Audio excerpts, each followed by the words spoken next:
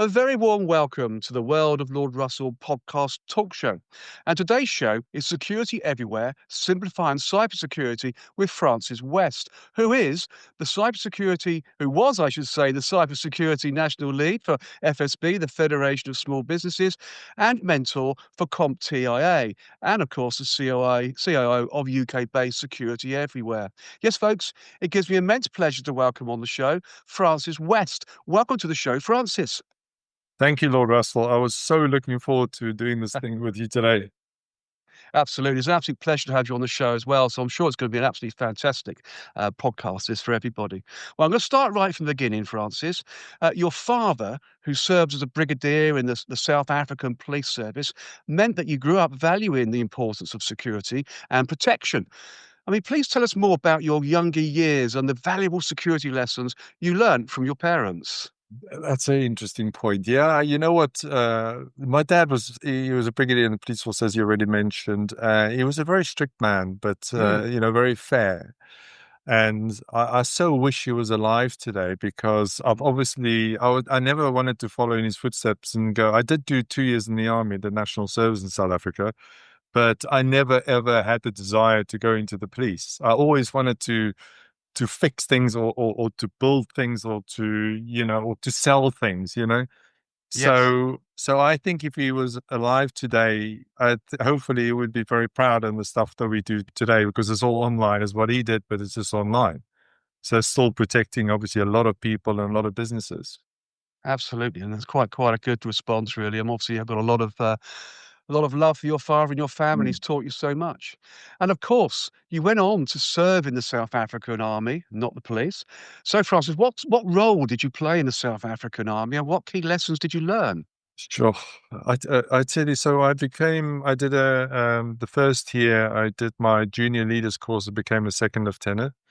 Mm, And I was in the maintenance corps in Kimberley.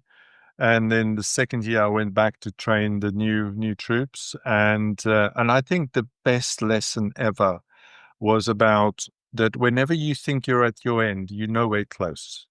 mm. That's the first thing. But after 2 years, they wanted me to stay on. And I said, no, even if you put R1 million in front of me in cash, I would not do it. Oh And well. the funny thing was about probably 2, 3 years later, I left and I came to the UK. And they kept on calling me to camps. And my dad, with his typical humor, he said, well, if you pay for his ticket, he'll come back. But anyway, they never did. And from that point forward, they never tried to recruit me for more camps. Wow, that's a good story, isn't it, really? It just goes to show you could have if they had have paid you, you would have gone back, would you? Yeah, no. No. I That's gonna be the answer. You'd No, send the this money is, back. and let me tell you why. So Mm, this is a story that we haven't discussed, but I'll share it with you. It's a deep one, but I'll be short. okay. So on the 5th of January, 86, my closest friend, he was like a brother to me, grew up with me in Durban, went to Angola. He was a medic and he went into an ambush and was killed. Wow. And I always said that if I have a son, I'll call him Emil, which I did. Mm, So I saw a lot of stuff that I just thought, and even locally where I was based, that I wouldn't wish upon my worst enemy. mm. It's just so many young people died for no reason, Yeah. and that was probably my main decision. And also the PFs, the permanent force guys, they were just Mm. mental. They say they break you down to build you up, but they were just insane. And I just couldn't Yeah. see myself staying there. I just wanted to go out and start a business or do something constructive. But the learning, like I said, coming back to the learning, I would never want to not do it. It was the best 2 years of my life that I never want to repeat again. Okay, well, that's a fair story. It's a fair comment as well, Hmm. actually, to be honest. Obviously, you learn a lot from it, I guess, those 2 years, and Yeah. to know what you want and what you don't want in life, which is brilliant, a learning curve, isn't it? You And I then think, moved to sorry, and I Go think, if I had a choice, if I was in government, I would bring that back because I think it turns boys into men and we'll have a yes, lot less crime in the UK yes. if there was such a thing, in the UK. I think it was a great experience. Yeah, I think national service should be brought back too. I think it's a brilliant Yeah, thing for the youngsters. It 100%. really is. Good stuff, really. You then moved to the UK and set up a successful IT support company. I mean, what was the inspiration behind, around forming your first UK company, and what was the company called? 'Cause I couldn't find that anywhere in my research, actually. And what areas of IT did you specialize in?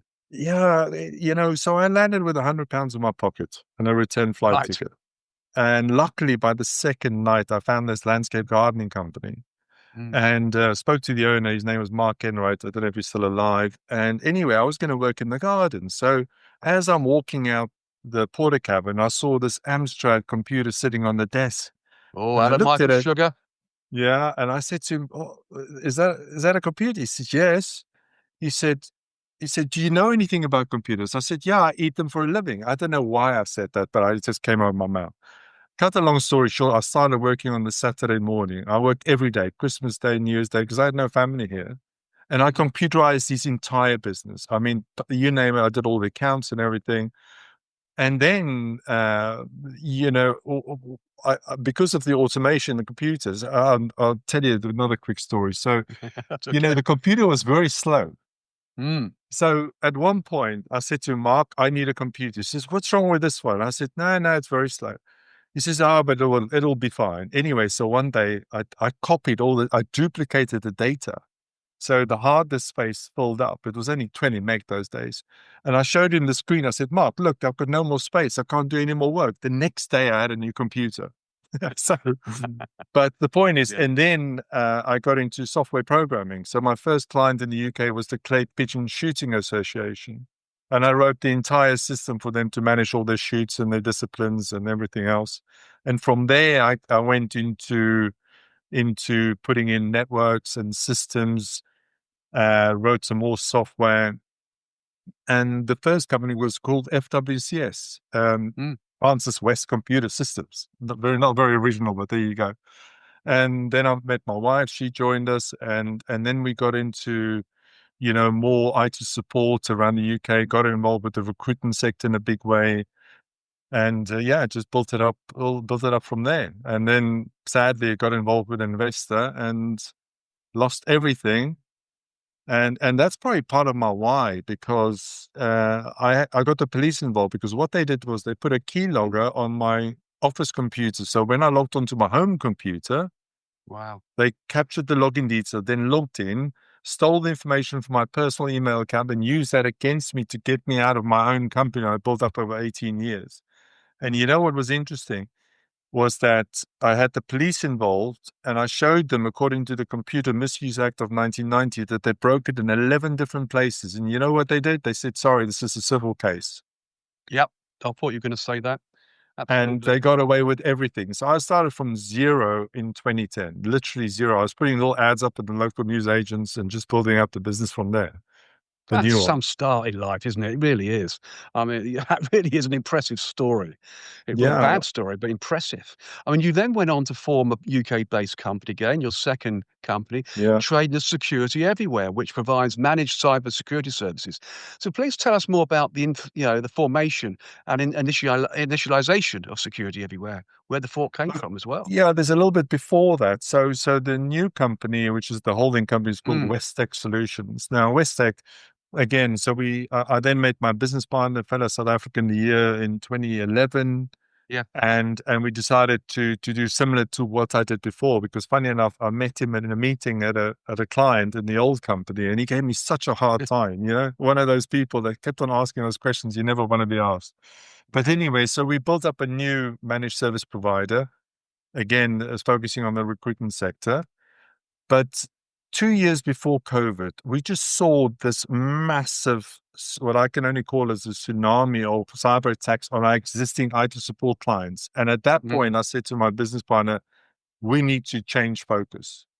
We need to set up another entity, Security, where we came up with the name, to focus purely on delivering what we call enterprise level cybersecurity services to smaller businesses. Why? mm, Because we, are of the strong belief that small businesses should have the same level of protection as Barclays and NASDAQ and Netflix. And that's what we've achieved today, or have done for the last 6-7 years. And I'm glad to say we're sitting at 100% success rate since then of protecting our clients. mm. Yeah, because the statement is that Security Everywhere, as a company, does have a mission statement to protect Yeah. small and medium-sized businesses from criminal attack by, international hackers. Please explain more. You've partly gone into that there, Francis. So explain a bit more about that. Well, Why medium-sized enterprises, not corporates, for one thing? that's a good question. Well, I'll answer both questions. The Yes. first one is about, smaller businesses. Like I said, they don't know what they don't know. The larger companies should, or you would thinking the Marks and Spencers and people like that should have Yeah. departments in place.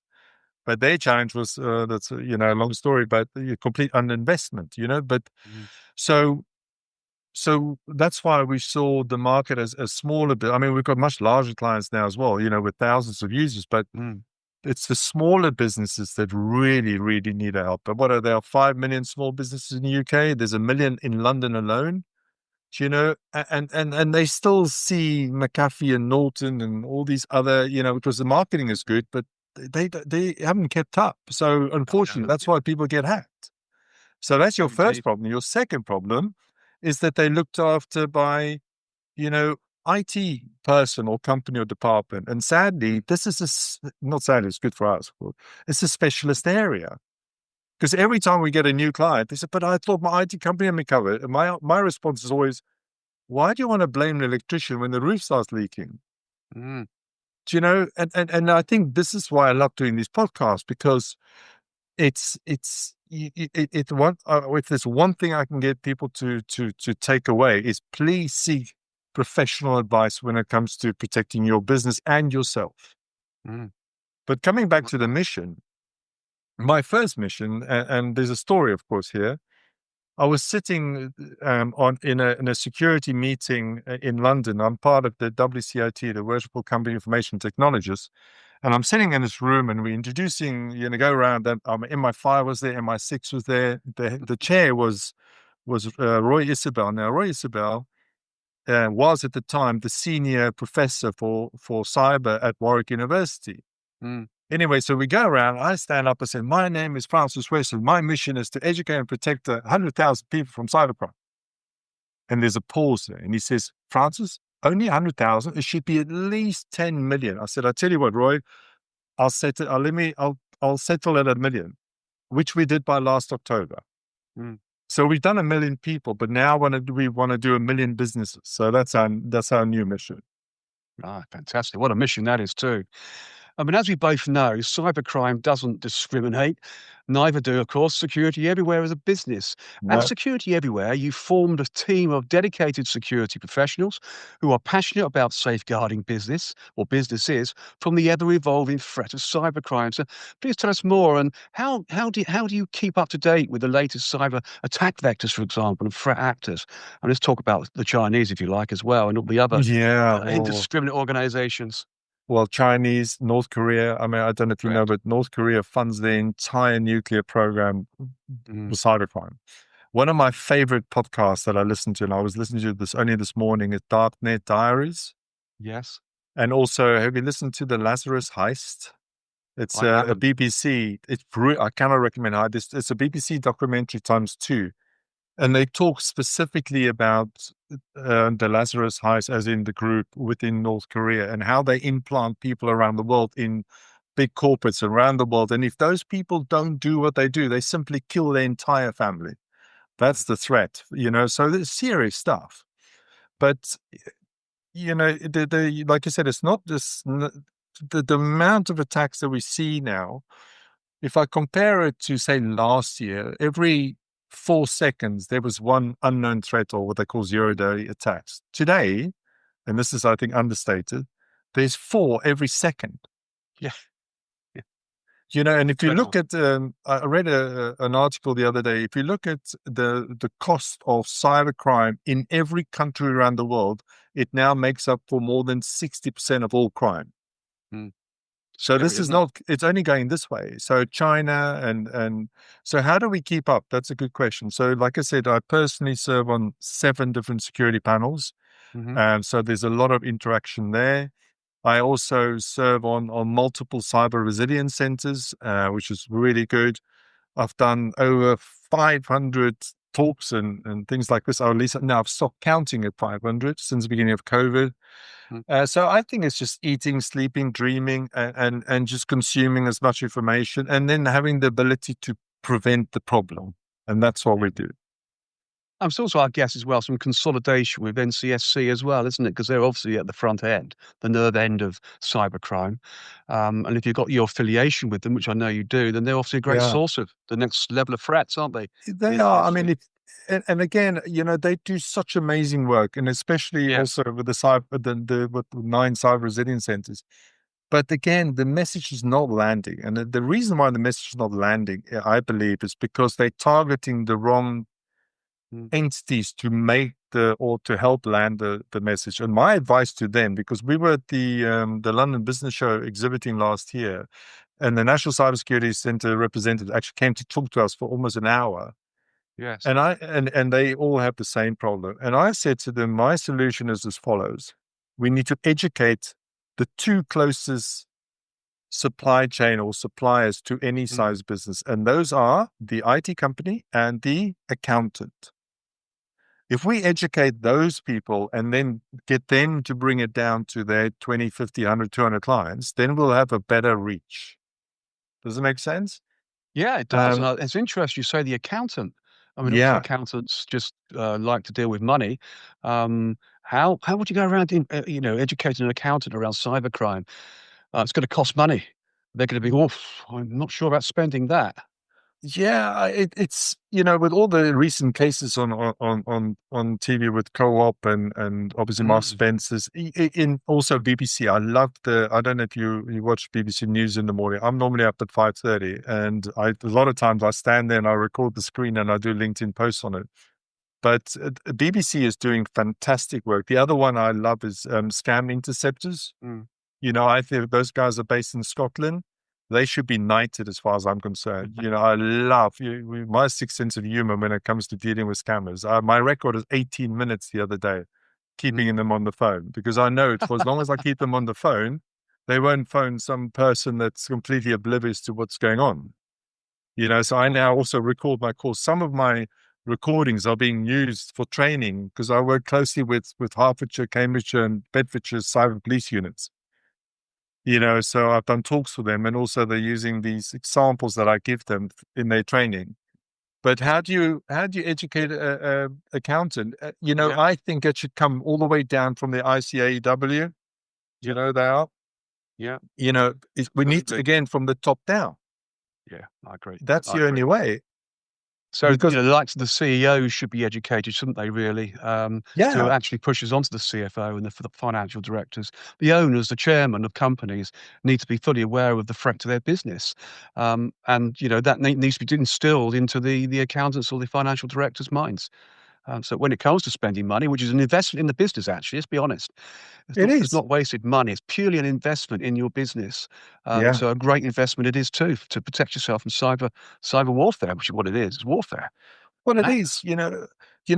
There's a client just literally about 300 meters from our office in Apsley, and Mm. they're called Kent brushes. I'll name them because they a friend of mine works there, right? Yeah. And they were actually they got done for 1.6 million last year, Mm. and the way the attack came in is they got an email and they paid an invoice, multiple invoices actually. Anyway, cut long, I'll keep it short.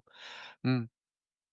I did a check on them only recently, and still I can impersonate anybody in that business. I can send email as the chairman, the CEO, and I sent them an email. I said, listen, I'm down the road from you. Let's go for a beer at the Paper Mill pub. Never heard from them, Yeah. but no, somebody, when I spoke to my friend, he said, no, they got somebody in to sort it out. But still, they're completely open to attack. Yeah. You know? So they're oblivious, or even that financial hit, which is a lot of money, that could take Yeah, companies down quite seriously. It's a lot of money to be scammed out of, and they're still basically making the same errors. They haven't cleaned they the are. shit up. And that's because they're not seeking professional advice Yeah. or not, I don't know, it's just, you need to find somebody who eats, sleeps, and dreams of stuff, and then you'll have success. Otherwise, I had again, you can see I've got a lot of stories. Mm, So I rate the Israeli cyber companies very highly. mm, But this company phones me up. They said, "Can we have a meeting? Because we'd like you to sell our services in the UK." Meantime, they're already supplying NHS, a lot of hospitals, a lot of big companies in the UK. Whilst I was on the call, Lord Russell, mm. I sent him an email from his CEO. I said, "Have a look at your inbox." I tell you what, he went It's a completely cracker. white Yeah. because I love to do live demos, right? But the point, and I said to him, with the greatest respect to you, if you don't have the basic security in place, I'm talking about outbound email security now, how could I possibly engage with you as a partner? Because my reputation is surely just as important Yes. as yours. But how can a Right. cyber company, this is all about supply chain, and this is why, the likes of St. Thomas's Hospital got done because of a single supplier that wasn't protected properly, and that's how they got in.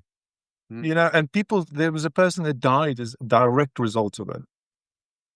Yeah, it's a shocking tale, isn't it, really? But of course, your local company that you just talked about, seriously lost 1.2 million last year. 1.6 million, yeah. Yeah, I mean, they're just the tip of the iceberg. That's just one company in the UK. That's probably one company out of many that are in the same situation, that are Yeah. suffering, losing money, and doing nothing about it.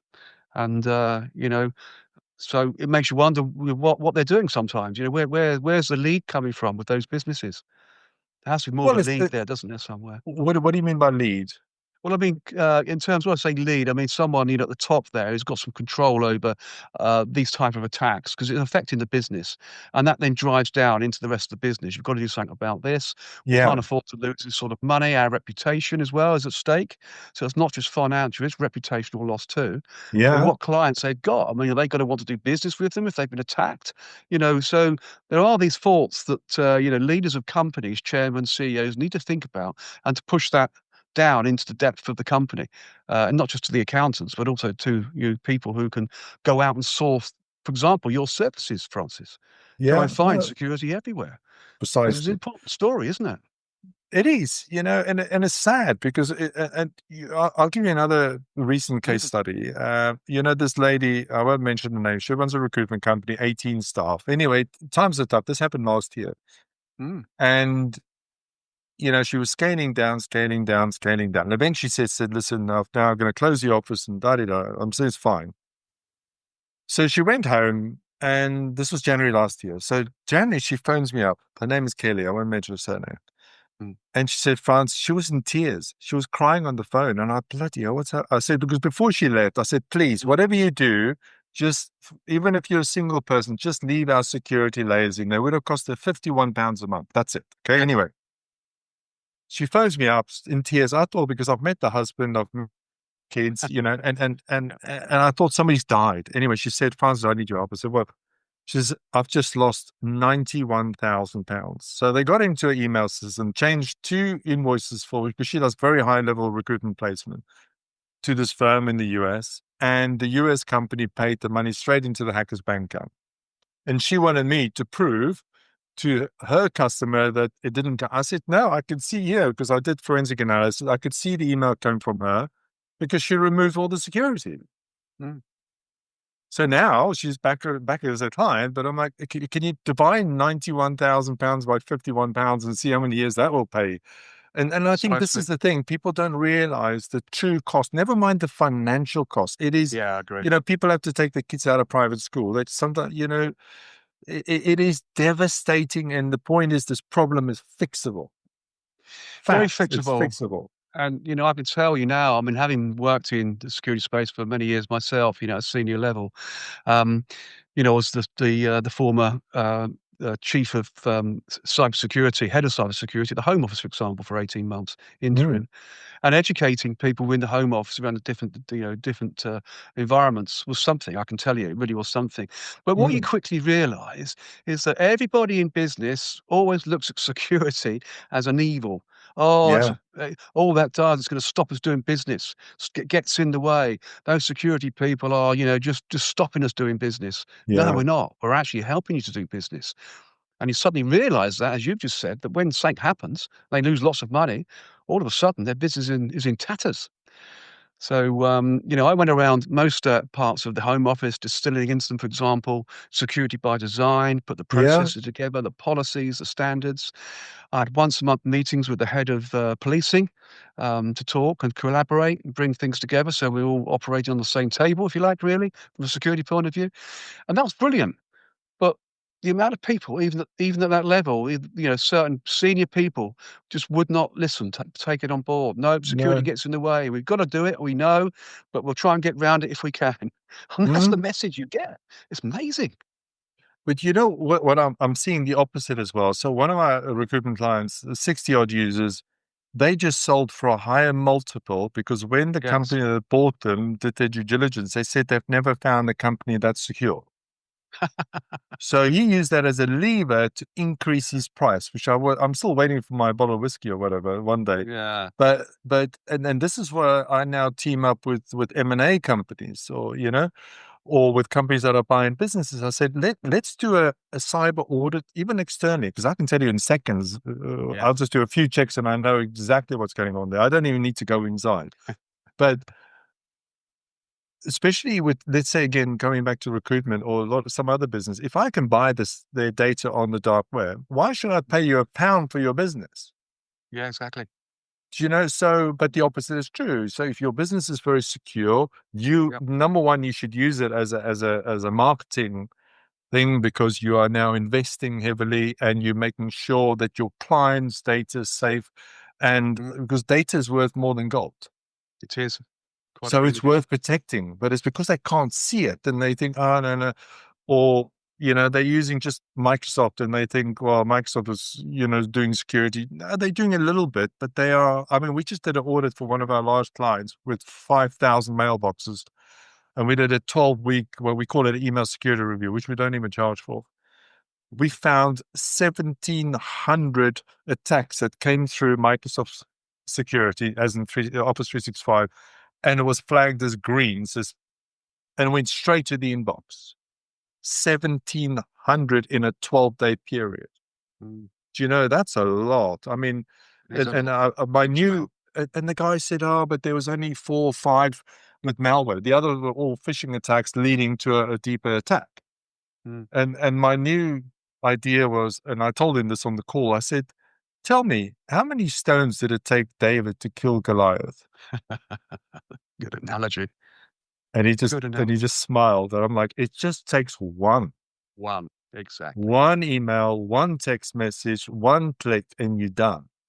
Do Exactly. you know? And our whole model is to make sure that the members of the team or the staff never see those attacks in the first place. Exactly right. That's how you It's fix the once problem.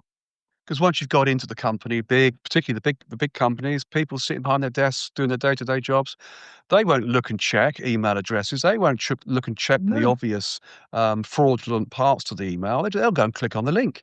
Of course they will, of course because they they do. see it as normal business. And then you're Yeah. done. It's all And over. then they tell me, oh, but we do awareness training.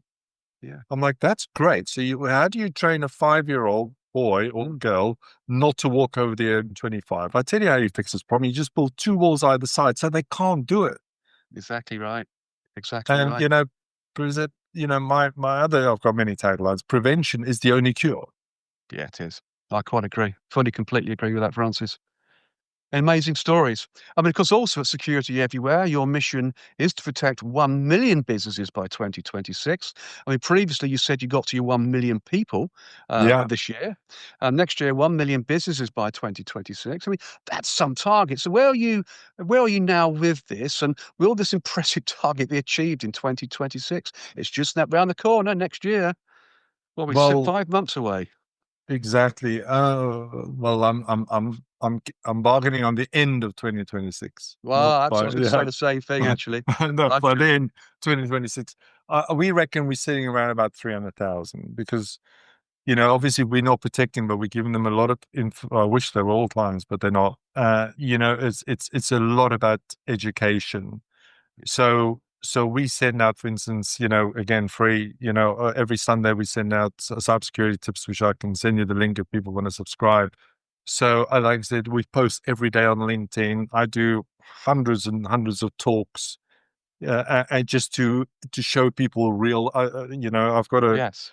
People say I'm scary. I said I'm not scary. It's the topic that's scary, but scaring is caring. Yes. But the problem is sometimes I think I show people stuff and they get so scared they do nothing. Mm. Yes, But that is common. That's a common human it trait, is. isn't it? Whereas Yes. now I'm trying to focus more on the positives. How about we make sure your share value doesn't go down? Mm. Oh, yeah, Or let's absolutely. make sure we keep your kids in private school. So I'm trying really hard. But once you show people how easily it's done, then they get scared and they do nothing. So I'm still learning to find a better way of getting the message across for people just to take action. Absolutely. Absolutely right.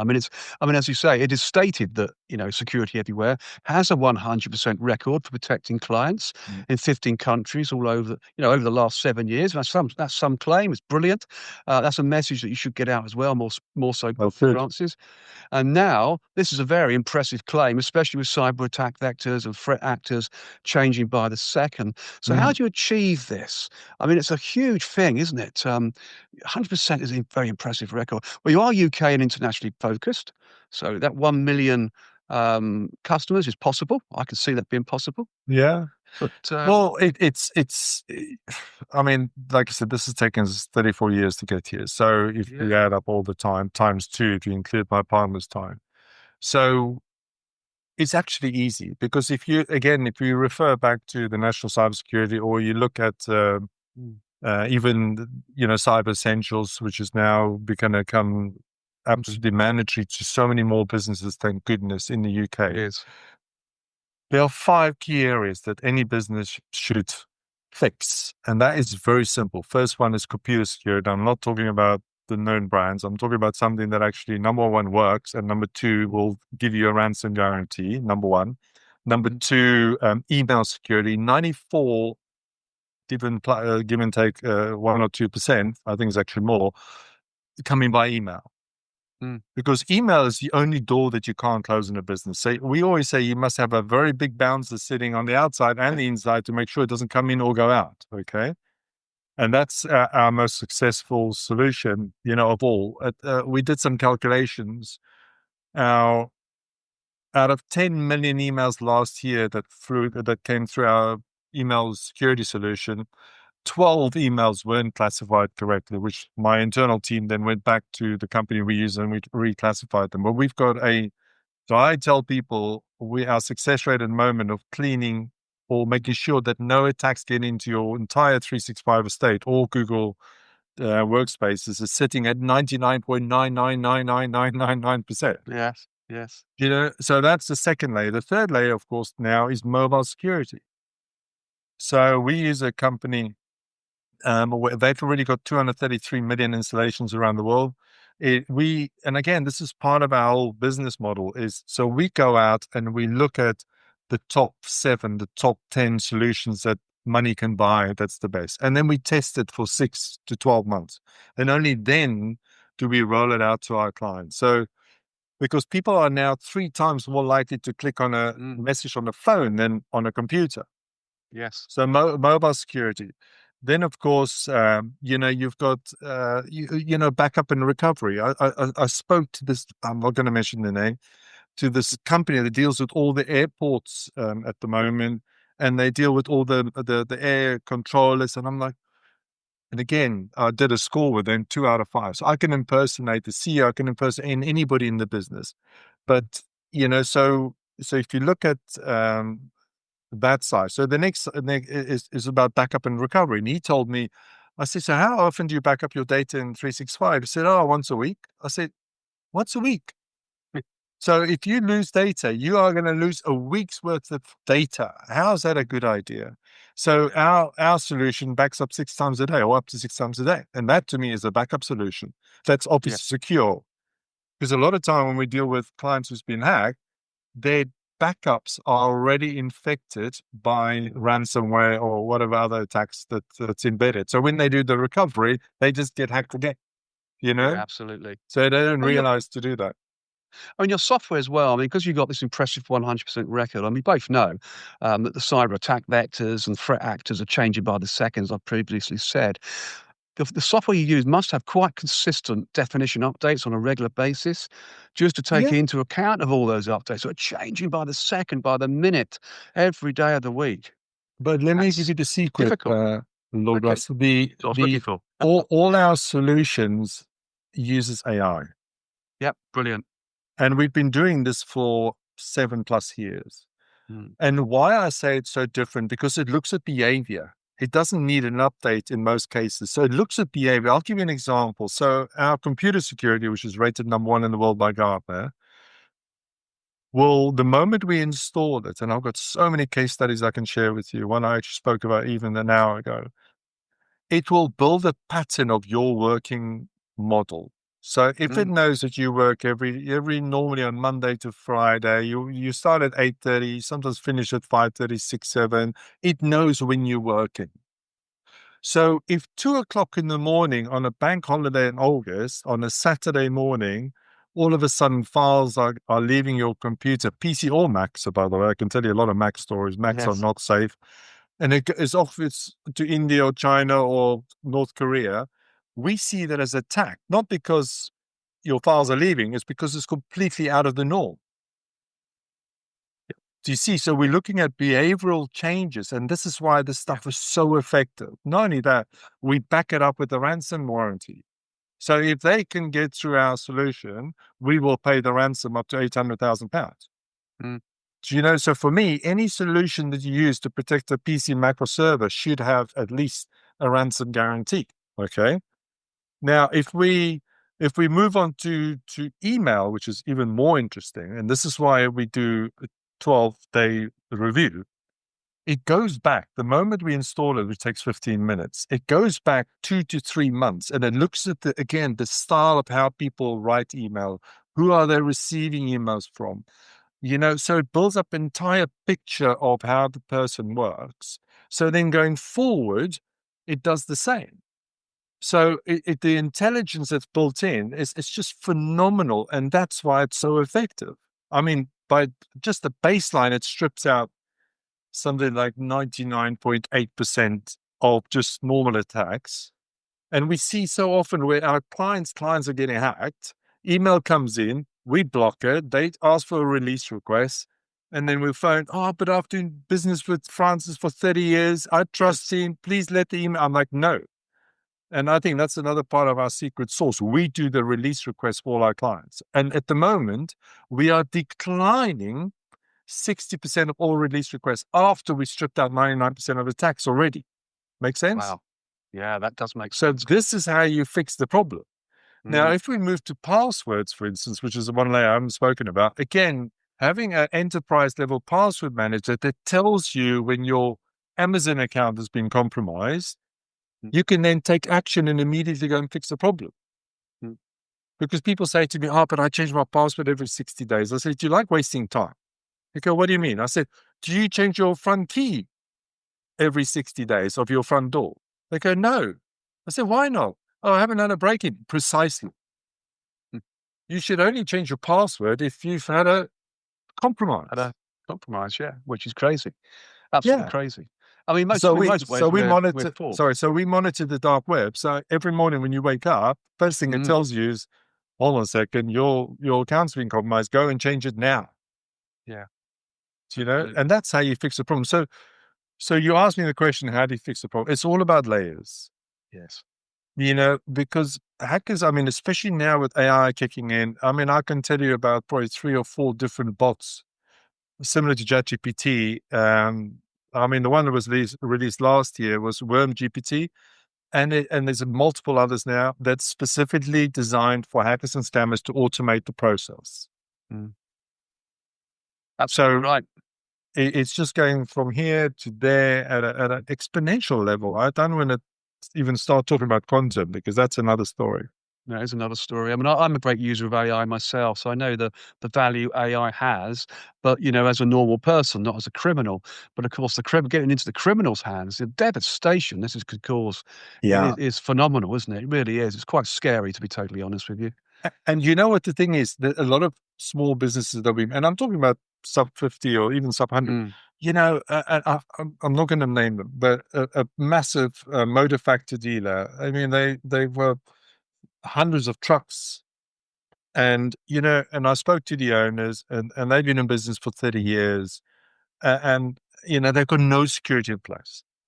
Mm, And he said to me, Francis, I've been in business for 30 years. I've never had an attack. I said, how do you know? Ask Arnold exactly. Clark what happened to them.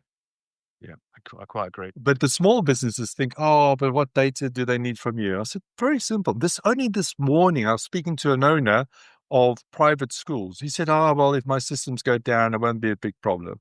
I said, that's interesting. So you've got a lot of private school children, yeah, and their parents are quite wealthy, yes. So how do you think it will end for you because all the parents' payment details and everything is sitting on your Mm, database? Yes. How do you think they'll feel if a hacker gets into your system and all of a sudden they use you as a conduit to get into their systems? yeah, absolutely. The That's what will reputational happen. damage that you'll suffer, you don't even want to go there. And I tell you what, he looked at me and he just walked off.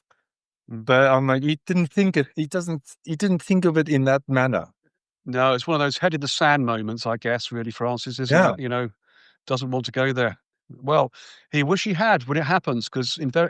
inevitably it will happen at some point. So No, he'll get private attacked. schools are getting done. You know what I find so sad is especially with what I call them normal schools, state schools and colleges and university, they can't afford. If I won 168 million pounds tomorrow on the lottery, I would help so many charities and schools put in systems at work. They just can't afford to fix it. That's right, exactly. They can't. Yeah, That's just a sad uh, sort of story. it is, and that's just But at some point, hopefully, someone will listen and invest some money and let's fix the problem. Absolutely, and hopefully they'll come to you and they'll have the real experts to help them out. I mean, Francis, you personally serve, I know you mentioned this earlier a little bit, serve on 7 cybersecurity panels, including the UK Home Office, WCIT, and cyber resilience centres, and of course the Eastern Fraud Forum as well. Hmm. I mean, this is a great achievement as we've just been talking about, really. As advising and guiding is always a great place to be, and of course, taking up much of your time. And sure, you're up to date with the latest cyber risks too, because you've got to be up to Hmm. date, haven't you? Otherwise, you can't do the right advising and guiding. But you've kind of explained so much of that so far on the show already, haven't you? Around that. Yeah. Um, so, what are the biggest cyber threats globally now, and what do you envisage in the future as weapons of mass business destruction, which like what they are? What do you envisage moving forwards? I mean, there's so many answers to that question. Mm, The challenge we have again is number one, awareness. mm, Awareness, in other words, and that's why I'm so grateful for doing the podcast with you today, because hopefully we'll reach more people that will start taking and get this message and take this seriously. But and also, and I know I've mentioned this a few times, is to not rely on your IT team unless you've got they've got a specialist cyber department, you know, mm, then seek professional advice. So the attacks are increasing by the second. We know that for a fact. mm. And, I always tell the story of the lion. Did I tell you the story of the lion? I don't think you have yet, Francis, but I'm sure Okay. you're going to now. So when the lion is chasing you, Lord Russell, what do you have to do? Run. You got That's to the run obvious fast. answer, right? You've got But to I'll run tell you fast. else you've got to do. You've got to outrun the person behind you. And hopefully that's Yeah, not a family member, right? yeah, Because absolutely guess what? right. The lion will go for the first person can reach. Now, in my head, cyber works on the same logic. So if you've got multiple layers around you, they'll simply go somewhere else. It's like when a thief drives down the road, Mm, they're going to go for the houses without the ring doorbell, without CCTV camera, without a dog. of Simple. course. So it doesn't matter what type of attack, increase of attack, they go after the easy targets, unless it's government or they want to get some biometrics, biochemical information or government. That's a different story. I'm now referring mainly to businesses and to people. So does that answer your question or not? Yeah, no, it does. That's a fantastic answer. I fully appreciate that answer as well. And I mean, that's an understandable one, well put for people to understand when they listen to the show. So thank you for that, Francis. Your company Security Everywhere proudly refers to core values around integrity, partnerships, and continuous improvement. And can you please tell us more about these core values that you have within your company? Because they are good values, aren't they? There's no doubt about that. Yeah, yeah, I believe so, 100%. I mean, especially, I mean, we've got one of the ones we don't do publicly, but well, if I may swear a little bit, no arseholes allowed. We obviously we take what we do very seriously. Of course you do. And one thing that happened before COVID, after we made this massive decision to do the transition to really take the stuff seriously, we went to all our clients around the country and we said, listen, I know you've got this in place. We've got the normal antivirus and normal, but that's not enough. We now need to put this in place. This is the new stack for cybersecurity. Yeah. And I can't tell you, we wiped off back then probably £100,000 worth of net profit because some of these clients have said, "Are you just trying to sell us some more stuff?" And I said, "No, I'm dead serious." So we now at a point where, and even with our existing, we've still got a few. We've got 30 IT support clients left. They all now run our entire stack because we said that if you want to do this properly, this is what you need. If you don't want to take it, I'm really sorry, but we can no longer help you. Mm, So, that's fair enough. we stick by what we say. From an internal perspective, we live, we breathe, dream, everything we touch is about helping people, both and not necessarily not only internally. So we've got a new marketing lady apprentice that started 2 months ago, and she didn't know how to spell cyber. I'm joking, but and the amount she's learned in the last Yeah. 2 months has been phenomenal because we thought finally we need to get a permanent person internally just to help us get out there more Mm, and do more events and breakfast events and just educate more people, even though they don't buy from us. It's fine. So it's yeah, we just do what we say, South African style, just do yeah. it. Get on with it. And it is about education. It is about yourselves going out, not waiting for the phone to ring or to get a request via email. Oh, we like your services. Come and see us. Yeah. You've got to go out and educate, haven't you? You've got to be part of these forums. You've got to go out there and do that grunt work, really, getting your message across and doing it very regularly as well, because people do shut down. They don't listen. And I was once told, I'll tell you a story now. I was trained by an actor, how to present and how to act on stage and do all the good stuff, that I like to do these days. And he said, what you got to do is you've got to tell them what you're going to tell them. This is a selling technique now. Then tell them what you're going to tell them, and then tell them what you've told them. So Yeah. you're putting over three messages at the same time. And Yeah. when they leave, they should understand and remember what you said. Do you know what that works? And I was taught that probably some 20 odd years ago, and that really I use it still today. That Yeah. way of getting the message across to people. Tell them what you're going to tell them, and then tell them what you've told them. An It's important way of it's doing it. it's great advice. You know what's so nice for me now? So this one large client that are busy Yeah. onboarding, probably need 3,000 new clients in the next 9 months. But anyway, Wow. the because they've taken our mobile security and they've now Mm, put it as part of their membership pack. So every time they take on a new member, they include our services in there, which is fantastic. brilliant. But so I've been in Jersey, I've been Isle of Wight, I've been to Dublin, Mm, all over the country doing talks. And what's nice now when I'm phoning these people just to follow up to see, they're using these benefits. Yeah, I remember speaking to you. You're really, because I do a lot of practical examples. yes. So people come to me, even when I was at an exhibit the other day, yeah, with property markets company, they say, "Oh, I remember you. You spoke there and then there. I've done this and this and this. So they tell me what they've done. They didn't buy any services, but that's another story. But they've implemented a lot of, and because when I speak, I always ask people for one favor, Mm, and I'll do it again now. That whatever you learn here today, please share that with 10 other people and ask absolutely. those people to do 10 other people. And that's how we get the message across. So because, Yeah. on our YouTube channel, for instance, you'll find I could read out to you or I can give you the link. We've posted hundreds of videos and there's no selling. It's purely educational where we talk about Mm, child safety, about password security, all these different topics. And we have great speakers as well. And we mm. did LinkedIn live sessions for almost 2 years. So I've got so much content that people can just go and listen and learn. Brilliant. But it's been a long journey, and And it for won't me, it's stop much here. more personal, rewarding compared to fixing PCs. That doesn't float my boat at Oh, all. But protecting absolutely. people's Yeah. livelihoods is a different story. That's why I love Well, doing not it. just livelihoods, lives as well. It's actually Yeah, protecting lives as well as livelihoods, and it's the whole format, really, isn't it, of living? I mean, it's so dangerous now that people's lives yeah. are at stake, and people do take their lives too because they can't see a way through these things. So it's a worrying stage of the earth that we're on at the moment. Especially with children. So I've got three Yeah, children, exactly. too many. Some, so now I'm joking. Um, Yeah. but for me, my kids, I drove them insane because from a young age, you can imagine, father works cybersecurity company.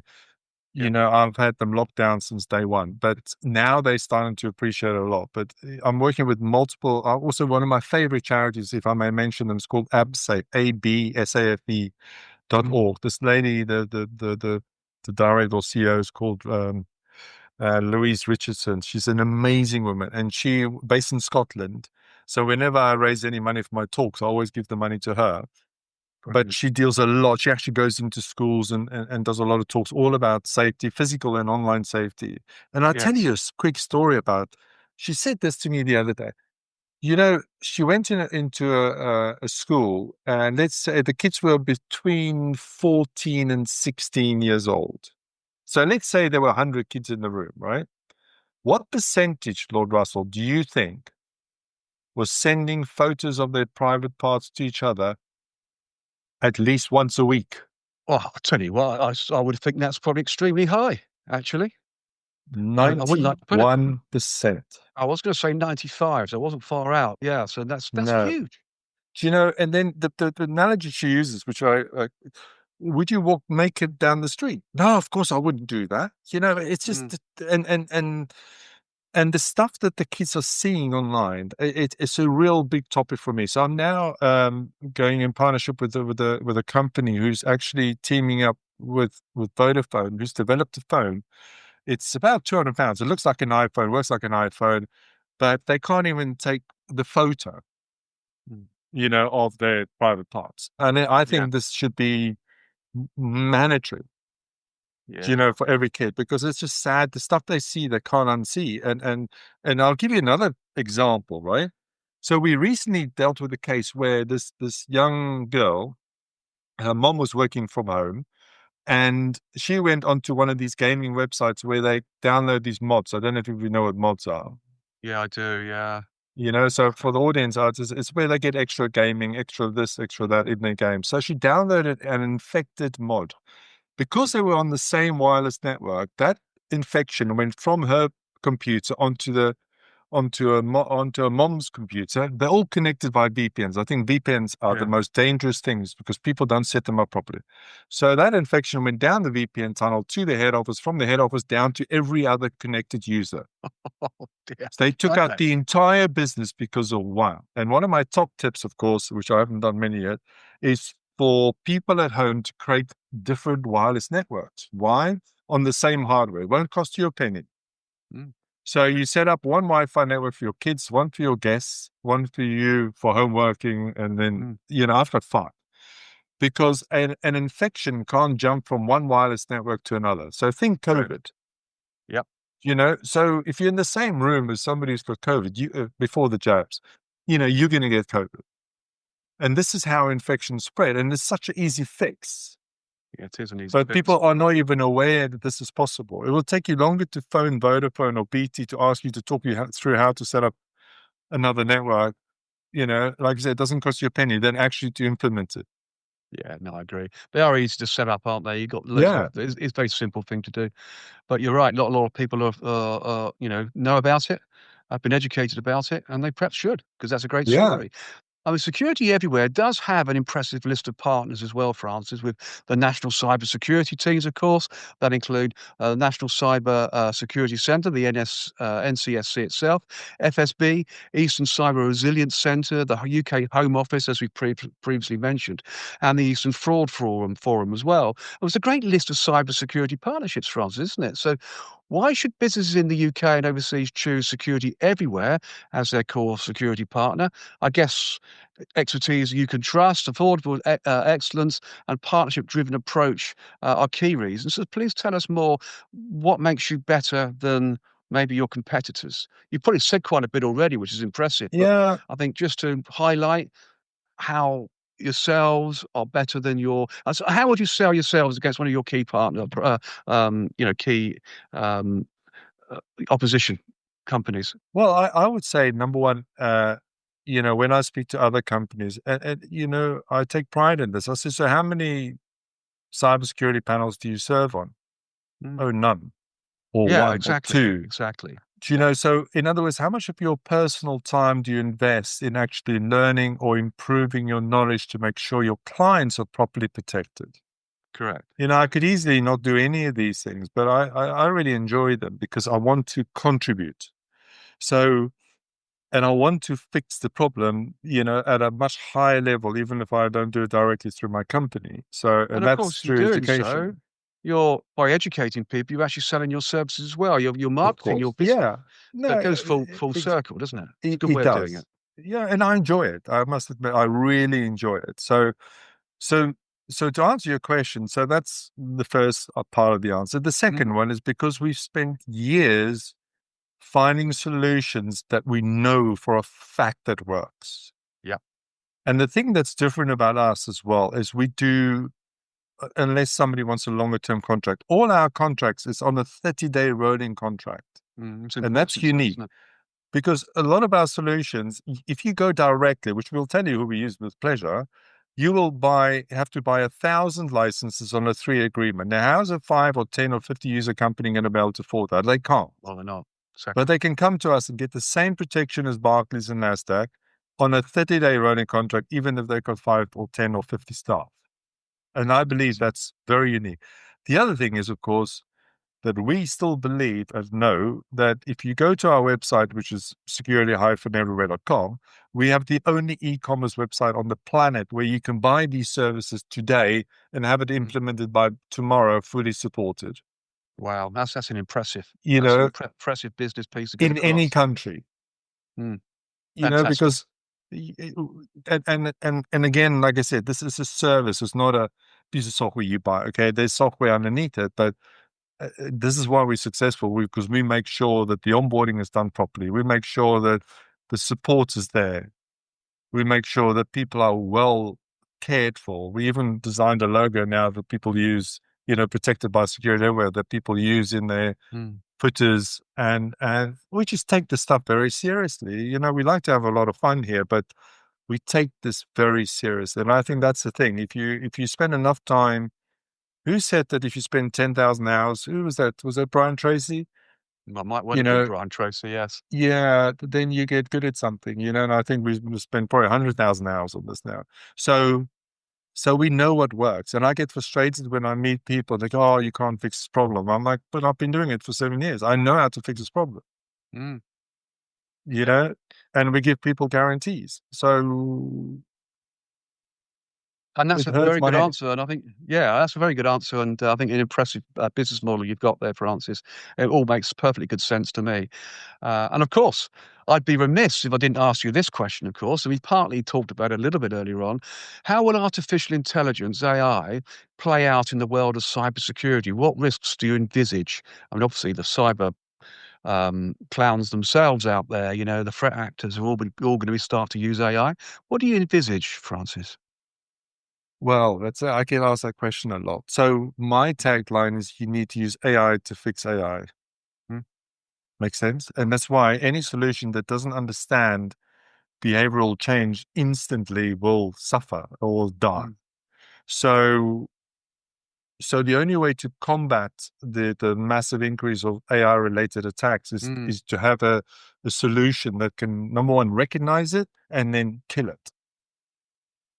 So the challenge you have now, and again, I do a lot of demos on this, is that all I need is 6 seconds of your Mm. voice, and I can talk like you in different languages. Yep. So that's where it's going to get interesting, especially phone calls and text messages, where people are leaving messages. How do you know it's the person? And I tell you an easy fix. I've Yeah. got the answer again. And that is, if you need to go in the middle of a rugby field with whether it's your business partner or your wife or your kids or both or all, the family, and you leave your phones at least 50 to 100 meters away, you take off all your smartwatches and you agree a secret phrase. Mm. And that secret phrase has to be from 0 to 9 or 1 to 10, whatever. Yep. And you never write this down. And then if ever you get at a point, because the banks have been doing this for years, Mm. where you are asked a question and you cannot verify 110% that you're speaking to your son, daughter, business partner, you say to them, okay, give me the third, the ninth, and the seventh character of our word. Nobody on this planet will ever know that information. That's true. That's true. And And that that's is how the you place, fix the you're right, problem. Yeah, about banks and other businesses do use that today. That is going on today. they do. I mean, it's a sad thing, isn't it? Because you're right about the masquerading of voices. I mean, it's so simple to phone somebody up, isn't it? You say, "Oh, sorry, mum, I've had to change my mobile number because the Yeah. phone got stolen or whatever it is. But look, I'm really desperate. Can you please send me £250?" So simple. But And but that's you the know kind of why? thing that's Do you going know to. how that happens? I know you're going to tell me, Yeah. So or tell us, I should say. yeah, so I'm going to tell you with the story, right? I've got many. So was it last year? I did a talk at the women in the state agency. There were 450 women there. I tell you what, I was a bit nervous.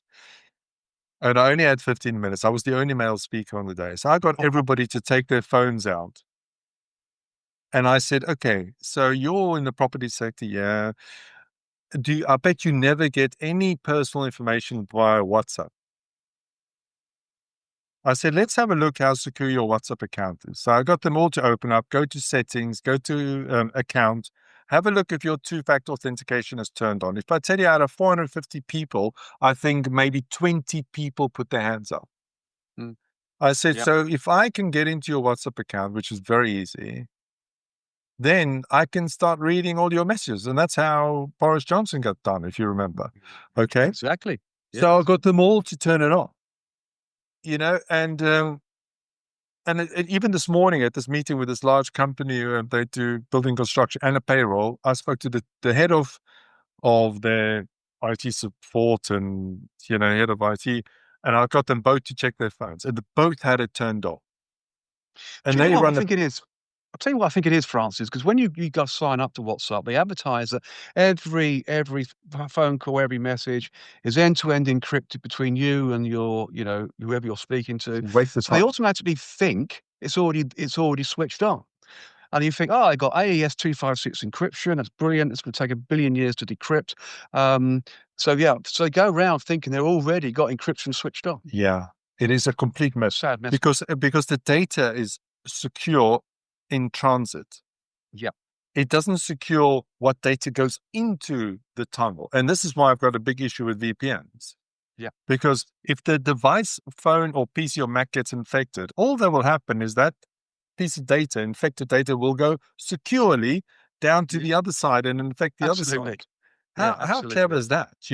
So I agree. And this is my big beef that I have with all the social media companies because, they can fix this problem overnight, like Microsoft did Okay. last year. They can start forcing people to have this on as a basic level, but they won't. And I tell you why, because they don't want the support calls. They don't care. They really don't care. If I was the minister, I haven't told you, but one of my two dreams in life is either to become the Martin Lewis of cybersecurity or the minister of cyber in the UK, Yep. whichever comes first, because I can share so many ways that people can actually protect themselves better almost at zero cost. Yeah. Okay. Yeah. And it's all about the basics. Yep. Because again, if we look at the statistics, if somebody wants to hack somebody's WhatsApp account, they'll go after all the accounts that doesn't have 2FA turned on. Simple. Yeah, exactly. They will Or indeed. Facebook Marketplace or LinkedIn or any of the other accounts. So that's why when we onboard people on our password manager or security, the first thing we do is we teach them how to put their 2FA codes inside the password manager, inside a secure vault. Yeah. So we teach them. And then what we do is we also give their family 5 free licenses so that from a young age, they can teach their kids about Mm. how to use 2FA, how to use secure password, how to not So use important. duplicate passwords, the basics. I'm talking about the basics here now. That's what's missing, and that's why people get done. So forget it. Never mind AI. It's just getting back to basics and putting, and that's why I love doing talks. So, and that's why I do a lot of practical stuff, sessions with people. And that certainly comes across from the way you're talking now. The practical stuff's a good way of getting people to understand, because we all know people switch off, deaf by PowerPoint, too Mm, wordy speeches, people won't listen. So having the practical piece put in is a great aid, isn't it, to getting your message across? yeah, So I fully agree with that. So moving forward, I mean, so how do potential clients get in touch with Security Everywhere? Obviously, the Security Everywhere website would be a great starting point, but yeah. what other social media do you utilize for business generation and advertising, Francis? Yeah, it's a good question. So we do a lot of stuff on LinkedIn. So both Francis West, if you look at LinkedIn/Francis West, you'll see, all the posts there, all the video. It's all Brilliant. educational. Also our LinkedIn company page, a lot of educational stuff there. YouTube, a lot of the Security Everywhere linked YouTube channel. And then, of course, we've started, thanks to Claudia on the marketing side, we're doing more and more on TikTok and Instagram and all those Mm. places. So, yeah, I'm in every single channel possible. And like I said, I love doing All right. talks. So people want me to do talks with pleasure. And then, just to contact us direct, either by phone number, which I can 0203 195 0555, or the email address. The best one is just support@security-everywhere.com, and we'll respond to straight away, and just talk to Perfect. people, help them. We've got so much stuff we can give people. We designed we call it a 3-minute cyber health quiz, which again, I'll share the links. That if you it looks at those 5 key areas, and if you answer them honestly, within 3 minutes, you'll get not only your score, but you'll also Mhm. get advice on how to improve it. Sounds perfect. That's great advice too. So hopefully listeners know who listen to the show will have that information to get in touch with you. That's fantastic. So what is next in the world of Francis West? What else? What does the future hold? Maybe not even security. Maybe, well, we don't know what's going to happen tomorrow most of the time, do we? But anything else you've got No, your I head no, thoughts around? I've got a lot of people to protect, so that's why I'd love to do Yeah, more. I want to get onto radio and television, fantastic. and share as much information with as millions of people to to help them fight cybercrime. You Absolutely. I know, mean, where you are, you must have local business radio shows you can probably reach out to get a yeah, half-hour slot with. I know we do here in Norfolk. I've been on one or two of them myself. They're yeah, great to be part of, and you get across to a business audience, which is useful, very useful. yeah. I'm going to Norfolk on Saturdays, by the way. A very close friend of mine called Frank Furness. Don't know if you ever come across. I'm going to visit him. He's based in Norfolk, but no, I'm lying. Not Norfolk. I'm going to Great Yarmouth. Wait, Great Yarmouth, yeah, that is in yeah, Norfolk. yeah. I thought it was in Norfolk. Yeah, Yeah, so on the I'm east going there coast there. to see him. But he's an international speaker, and I learned a lot from him. And we always share tips and tricks. So my other to answer your question is to travel internationally to do speaking on cyber. That's But a like good I said, idea. my stuff is practical. I show people on the day how to. My promise to people always is that they'll walk out infinitely more secure than when they walked in. Yep, Simple as that's a that. good promise to have. Simple as that. Yeah. That's a good promise to give, isn't it? It's a Mm. fantastic promise to give. Absolutely good for you, Francis. I think you're doing a great job. I think the company you run in is doing a great job. I've had a look over your website. There's some great examples on there. As you said, there's some great educational pieces people can look at as well. Easy to listen to. So a lot of freebies there, and you're offering the world a great service in this very untrusted world of Yeah, cybersecurity as we're in at the moment. And yes, it's the World War III, isn't it? Cybersecurity, as we all know. it Shocking. is. But as always, on the World of Lord Russell podcast talk show, We could talk forever, Francis, about our mutual interests in the world of We could. cybersecurity, and with your aim to create a safer digital world by protecting 1 million businesses by the end of 2026. It's been a huge pleasure, as always, and as always, the pleasure is all mine, and of course, the show's audience when this podcast is released on the World of Lord Russell podcast talk show and the Lord Russell Baker YouTube channel. Thank you, Francis. Ladies and gentlemen, I'll give you Francis West, and I'll give a big round of applause here. As you Well, can see, clapping of the hands. Well done, Francis. That's thank you. fantastic. Do you mind staying on for a couple of minutes whilst I just wrap up and finish the show, and we can have another little chat? Cheers, Francis. Thank you Thank you very very much much. indeed. Thank You're you. very welcome. The next episode on the World of Lord Russell podcast talk show is a tribute to Ray Wilkins, MBE, which captures the life of a hugely talented football player who was also a gentleman and still very much missed by all who knew Ray Wilkins in both sport and personal life. Ray, of course, is a truly celebrated football player and gentleman, playing for Chelsea, Manchester United, AC Milan, Queen's Park Rangers, Rangers in Scotland, and of course the England national team with 84 caps, playing in UEFA Euro 1980 and the 1982 and 1986 FIFA World Cups. Not forgetting, of course, Ray's appearances on talkSPORT as a football commentator. So a great show to look forward to for all. And actually, it's going to be tomorrow as well, folks, because it's a delayed one from May. So another podcast tomorrow. And of course, exclusive on the World of Lord Russell podcast talk show and the Lord Russell Baker YouTube channel. And of course, I'm looking forward to seeing you all on the inside. So until then, it's au revoir from him and au revoir from me.